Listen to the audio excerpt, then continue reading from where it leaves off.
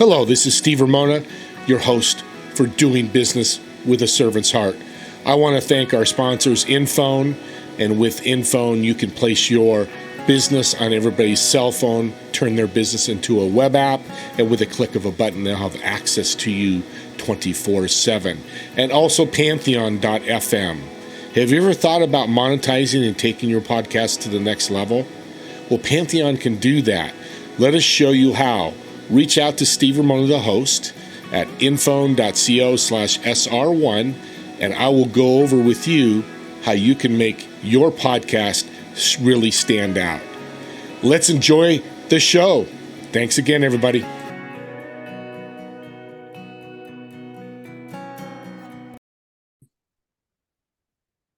Welcome, everybody, to Doing Business with a Servant's Heart. This podcast is hosted by me, Steve Ramona, and you know that, but I am fired up and pumped up, as I always say, but even more so today, to have a gentleman, a guest, who's just a great dude. I'm just going to say it, but he's helping people reach the $1 million mark, which is like the golden level for everybody to be. AJ, welcome to the call. Steve, glad to be here, brother. It's going to be fun. I have no idea what we're going to get into, but I do know it'll be transformational for those listening, for sure. That's what I love to hear. Well, let's jump in. You told me before the show, playing a guitar on stage, and now you're a business coach. How'd that transition happen? Man, it's been a journey in college. So I'm in 2003. In 2005, I decided that we would start taking music like seriously. And so by 2009, we had 2 offers from record labels, a 38-foot tour bus, and we were actually in like the Christian rock and roll world. So we weren't doing like worship music. It was very much rock and roll. It was just like rock and roll with a positive outlook, you know, and our whole goal was we just wanted to inspire people to pursue their passions. That was kind of our vision and our movement, I guess you would say. And that came crumbling down. We played our last radio show in October of 2009. And I was like, well, what do I do next? And at that time, I was also really somehow exposed, and you came from network marketing. And so I got exposed to like Mike Dillard and Jonathan Budd in 2008-ish. And so by 2008-ish, 2009-ish, they were using this thing called social media to generate leads. And I thought this was highly fascinating. Now, I don't have a background in network marketing. I never was really interested in it. But I was highly fascinated by this possibility that both Mike Dillard and Jonathan Budd and many others at that point in time were doing. They were using the internet to inspire people and help them live better lives, which was totally what our goal was in music. And so when that came crumbling down, I was like, So I basically could make an impact and I could get out a message, but without having to do it with a guitar strapped around me. I could do it like with this thing called the internet and a laptop. That's fascinating. So in 2009, I set a goal. I said, I want to have a business where I make $100,000 a year from my laptop, where I can work from anywhere in the world. I had no idea what that would look like, but that was my goal. That then led me to 2011. I was going through a launch by Mike Koenigs, and the launch was for a product that he called social media marketing machines.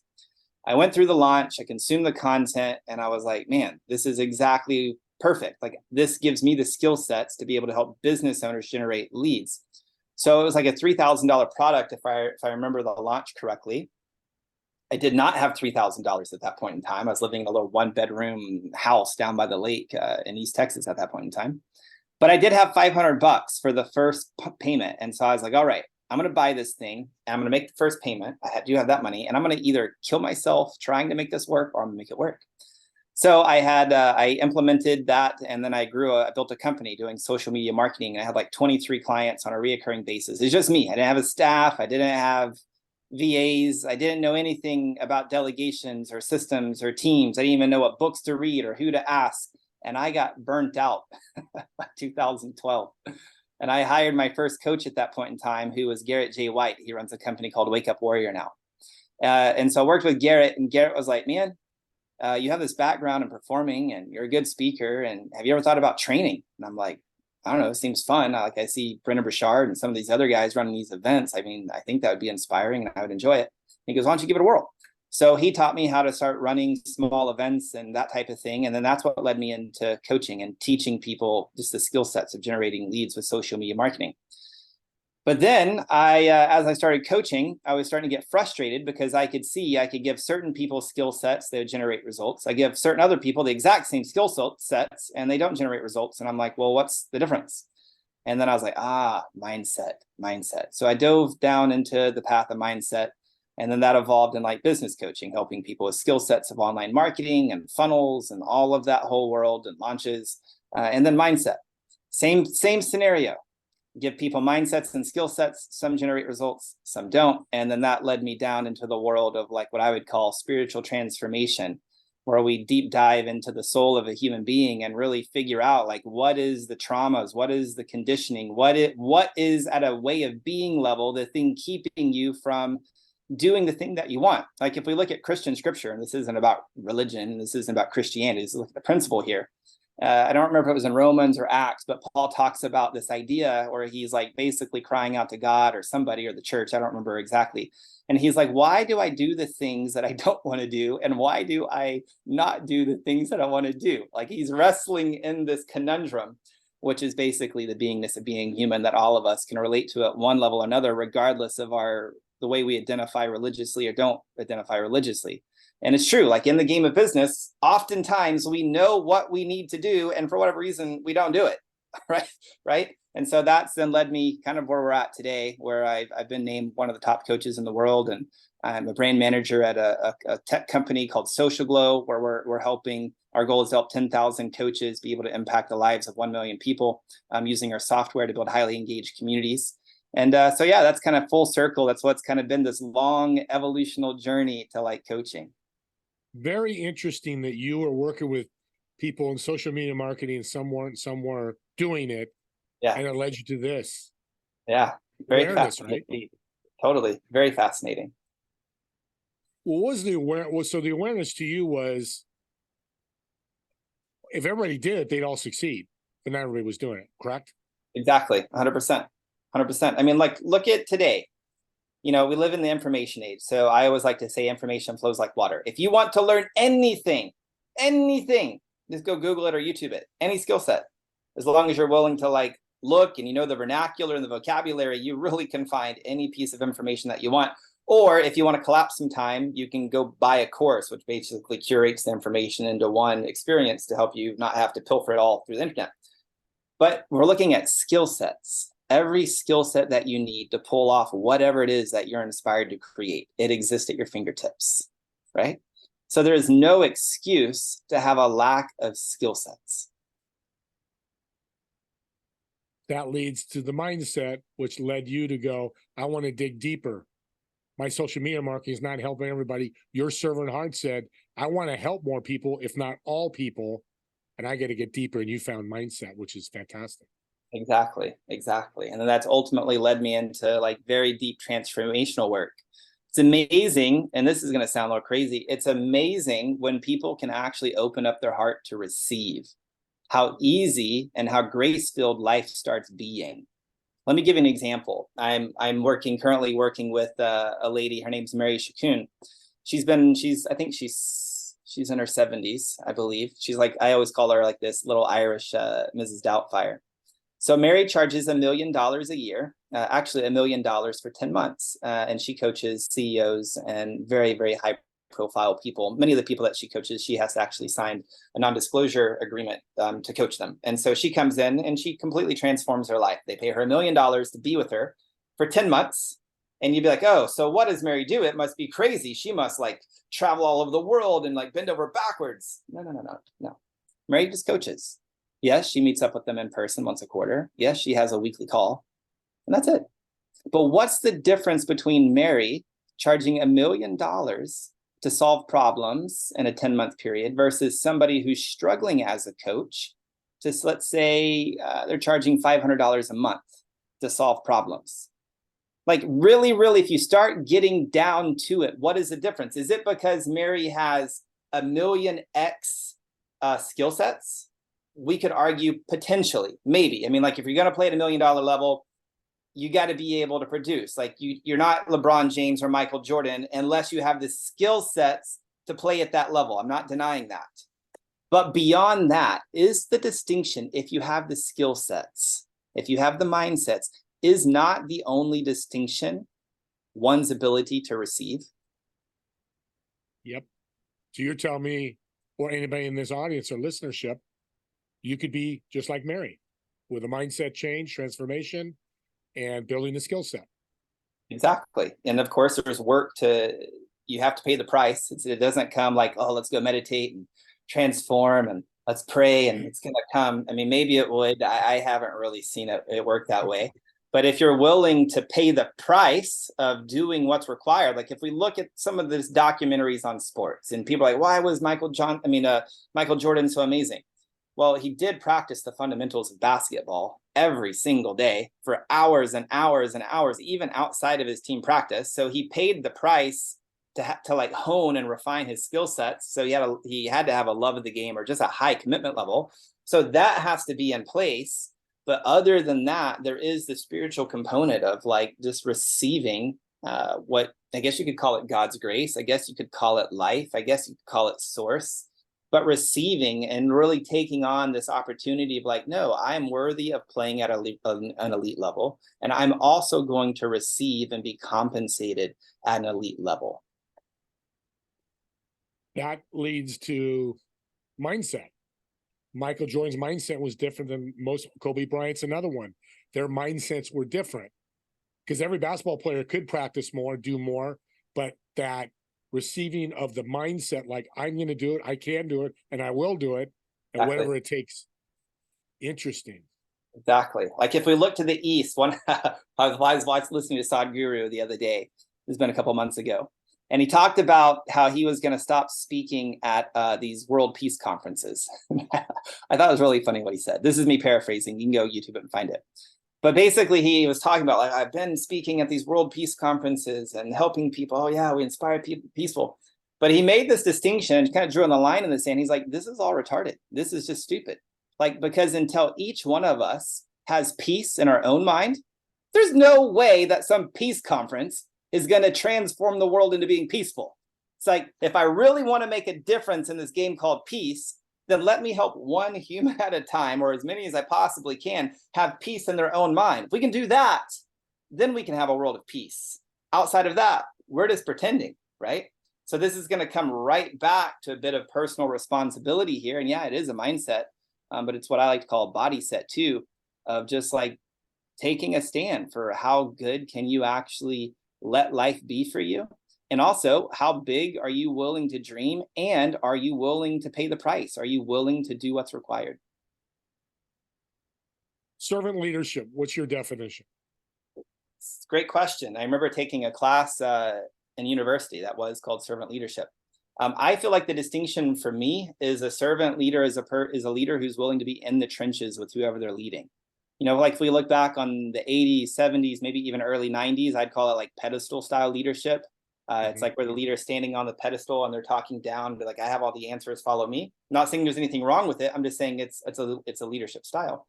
A servant leader, in my opinion, is going to be with the people and being like, all right, this is where we're going.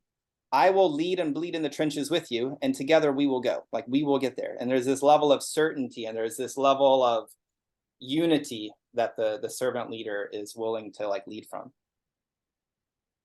Does a servant leader need to have a mindset transformation? I would think so. I would think in order to be a servant leader, one would definitely have to have a high degree of openness and also like a high degree of like what I would say being willing to be coached. It's like we're going to go north. This is where we're headed. My idea, my strategy is this, A, B, and C, but we're still open if somebody around us is like, hey, have you ever considered the route over there is like, as we're walking through this trench, it's going to slap the person about 5 rows behind us? Nah, never thought about that.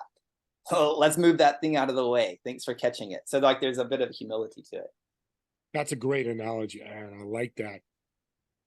Tell us a story about Mary. Let's go back to her because I'm fascinated. What did you do with her to help her be more successful? Sounds like she's successful. She charges $1 million for 10 months. But what did your coaching do to help Mary? Great question. So I haven't coached Mary, to be clear. Mary's actually been the one guiding and leading me and helping me actually see a few things. She's the one in the trench with me at this moment who's like, hey, You see the root? It's going to slap the shit out of you. And I'm like, you're 100% right. Did not see that root. So she's the one who's actually guiding me. She's the sage on some of these topics.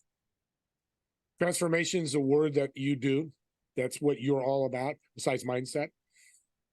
Yeah, transformation, and then also like helping people have the software to go out and lead however they want to lead. Those are the two things that I'm all about. Absolutely. What a great combo, transformation and software. My tech site is firing up on all cylinders right now. Thank you, AJ. You're welcome. You've thrown out some great nuggets. I don't want to forget. Let's do a shout out. How can people find you and learn more about your coaching, all this mindset transformation, this great stuff that you just mentioned? Yeah, they can just go to SocialGlow.com. So they can go to SocialGlow.com. They can take a 30-day trial of the software. We also give everybody who's a member of our software, they can come into a coaching experience with me on Mondays and Thursdays. And so, yeah, that's where they can learn about me, SocialGlow.com. Well, you've convinced me you're doing good things in the world. So I'm going to blow that up for you. I'm Awesome. going to do this. The first 4 people that reach out to you, AJ, I'm going to send them a $20 Amazon gift card. Awesome. Thank you so much. I'm putting my servant heart on here, my money behind me. And you know, and by the way, you don't have to give money to be a servant, but this I'm going to serve AJ because I love what you're saying. It is so powerful and game changing in this crazy world. All you got to do is just mention my name or the podcast to AJ. He'll reach out to me, and that day I'll get you a $20 Amazon gift card through your email or either way you want to. So we can get you out there and get more people seeing what you're doing. Awesome. Thank you. That okay with you? Yes, sir. Absolutely. I always say that, I laugh because of course it's going to be okay. Sure.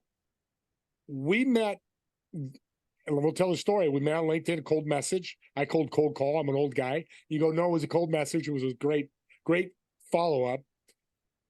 People talk about that all the time. Like, I'm scared of cold calls or cold messages. And we obviously proved that it's a success. What would you tell somebody that says that? So it's really interesting because I used to also totally relate. Like, I remember people reaching out to me and me being like upset of like, I think there's a difference between like reaching out and just like pitching somebody of like, me and my one of my CEOs we were talking about this the other day. He's like, somebody reached out to him on LinkedIn. They're like, hey, I can help you with your with your finances. And he's like, how do you even know if I have finances? Like, how about you? Like, I'm willing to have a conversation. I like to be sold. Me too. I like to be sold. But can we step that back a little bit where we could just kind of, I don't know, be humans? You know what I mean? Yeah. And so that's what I would say. I think a lot of people use technology because they think there's this tactic or their strategy. Well, what is the secret script to make reaching out to people work? And I'm not saying there isn't psychology at play. There is, right? There's principles of psychology. There's principles of persuasion. Learn them. I would highly recommend that you like read something like Influence by Dr. Robert Cialdini. Great book for learning influence. However, what most people don't realize is that technology across the board, I don't care what industry you're in, technology across the board is an amplification tool. It amplifies you. So the real question is like, can you start thinking a little bit differently about reaching out to people and be like, rather than it being a tactic or a strategy, you're just like, if I was to walk into a room and introduce myself to, let's say, 50 people every single day, how would I do it? What would I say? What would be my way of being underneath the words that I'm saying? How would I introduce myself? If you can take that and then put that into a strategy, oftentimes, more than not, it'll work because you're using technology just to amplify you. It's kind of interesting. Great description of tech, and probably the most normal way of looking at tech, because we know tech can go crazy and do crazy things and relationships broken and all that. Amplify your brand or you. If you're using tech for a company, you're saying, say it's Apple, we'll just use that, we all know, and they use tech to amplify their brand of Apple, now you're walking the right path. Exactly. And I think a lot of people don't look at tech that way. They think it's like this mechanical thing that you operate it like a piece of machinery. I mean, and you can do that, don't get me wrong, but this is just a little bit of like duality, I guess, even applied to tech. You can use it for light, you could use it for dark. It just is what it is. Tech doesn't care. It's just neutral, just like, I don't know, a volcano blows up the earth. It doesn't care. It's this law of being is what it is. But the good news about being a human is we do have consciousness and we can choose to leverage it towards light, towards dark, or towards this neutral. Yeah, and that's the thing about mindset too, is decisions and choices. Talk about Yes. that a little bit. Yeah, so I have found, like, if somebody wants to be what I would say living the great life, it's like, are you the captain of your ship? I've experienced this personally. Like when I was going through my wife's cancer journey, I didn't have cancer, but my wife did, and I didn't know, but it fucked me up too. It served as a bunch of, I've healed a bunch of stuff, but it threw me for a loop. And definitely pulled up some of the deepest, darkest pits for me to look at of like, do I matter? Does life matter? Am I really powerless? Do I really have choice? Do I really not have choice? And I wrestled with some of these things. And so during that whole experience, my experience was like I was identified with me, AJ Amyx, as the boat, and life was the waves. And the waves of life, sometimes it's nice and calm or smooth or windy, and sometimes it's like a hurricane. And the whole cancer journey like picked up my boat, smashed it, and then held me underwater. And then I was like fighting to breathe, and like, I will not let you hold me down. I will find the good in this. I will breathe. I will transmute this. I will make this light. I will find the lessons. And I learned a lot from that. And then on the other side of that journey, it's like I got sucked out at an identity level of, I'm no longer the boat. I am the boat. Like, I have a body, I have skin. I mean, I am a human being, but life's just going to be life. I don't have to take it personal, and it's going to move my boat the way it's going to move my boat. And it's going to have an emotional impact. It's going to stir up some thoughts. But at a deeper level, I'm the captain of that boat. And in that place, there's a bit of space.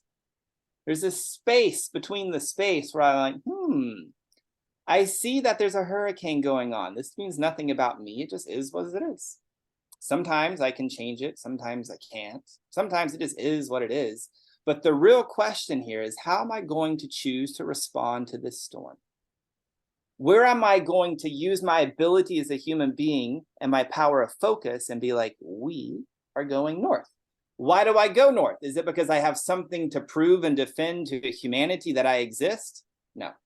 I go north because I want to experience going north. That is where I want to take the boat. Now, God or source or universe or life or whatever your frame, it may course correct the boat and be like, you're not going north. I need you to go west. And sometimes we can fight and fight and fight and fight and fight until we're like, we're going west. But even at that, we still are at what I would call cause, moment by moment by moment. And there's this level of responsibility for me to choose moment by moment by moment. Who do I choose to be? And what is it I choose to do? My daughter could do something. My daughter's 4. She could do something. It could trigger me. And I could be angry or I could be loving. It's a choice. And for people who are like, oh, it's not a choice. No, it is a choice. Yeah. And there's a journey there for most people. Most people aren't what I would say home in their body, and they don't have a level of awareness to even realize, oh, I'm feeling angry. Oh, I'm feeling sad, which we could even take out a deeper thing, because it's not I'm feeling angry. It's like, oh, I notice a part of me is feeling angry, right? Because in the spectrum, if we're really being the captain, it's like, oh, there's like a 4-year-old version of me right now who feels inadequate and out of control. And he's really angry because he has a desire to change. Is that the totality of me? It's not the totality of me. It's just a part of me. But being the captain, how do I choose to respond and lead that part of me? And that's the choice that every single one of us has. Now, at the time of this recording, it's like August 25th in the year of 2023. It's a bit crazy in the world. Not doom and gloom, just saying it is what it is. We're going to look to some of the astrology, got solar flares making things on the earth a lot chaotic, lots of crazy storms, and it is what it is. The question is will we take on the responsibility as a human being who has consciousness and choose to set sail in the middle of the storm? Or will we just sit here and identify with the boat and drift and then complain that, here I am on the west and I really wanted to go north? This is the opportunity that every one of us has right now. And for those who are willing to take responsibility and choose to be cause and choose to be creators, there's massive opportunity, because most people are just going to drift and they're going to bitch and they're going to complain. Well said. That is such a great way of putting it. And audience, listen to it again. That's the beautiful thing of podcast. You can listen to this over and over. And I think you should, and I will. We'll run out of time here. I am definitely bringing you back for part 2 if you're willing. You've got a lot to offer. This has been fantastic. God bless you. You're helping so many people. You are a servant, and you change part of your world. I change part of my world for the better. We put all those together, we're going to have a better world. Yes, sir. With that being, thank you again. And for that being said, what kind of tip can you leave my audience? You've left a lot of great golden nuggets, but what's another tip you can leave to help them to think about in their life? And this is what's present for me, so I'm just going to go with it. Your breath is your lifeline, regardless of how crazy your life gets. No matter what happens, the one thing you always, always, always have control over is how you choose to breathe. You can slow it down, you can speed it up, you can not breathe. And by learning how to control your breath, it helps you be the captain to be able to guide your company or your family or yourself wherever you want to go. That would be the starting point for you being in control of your life.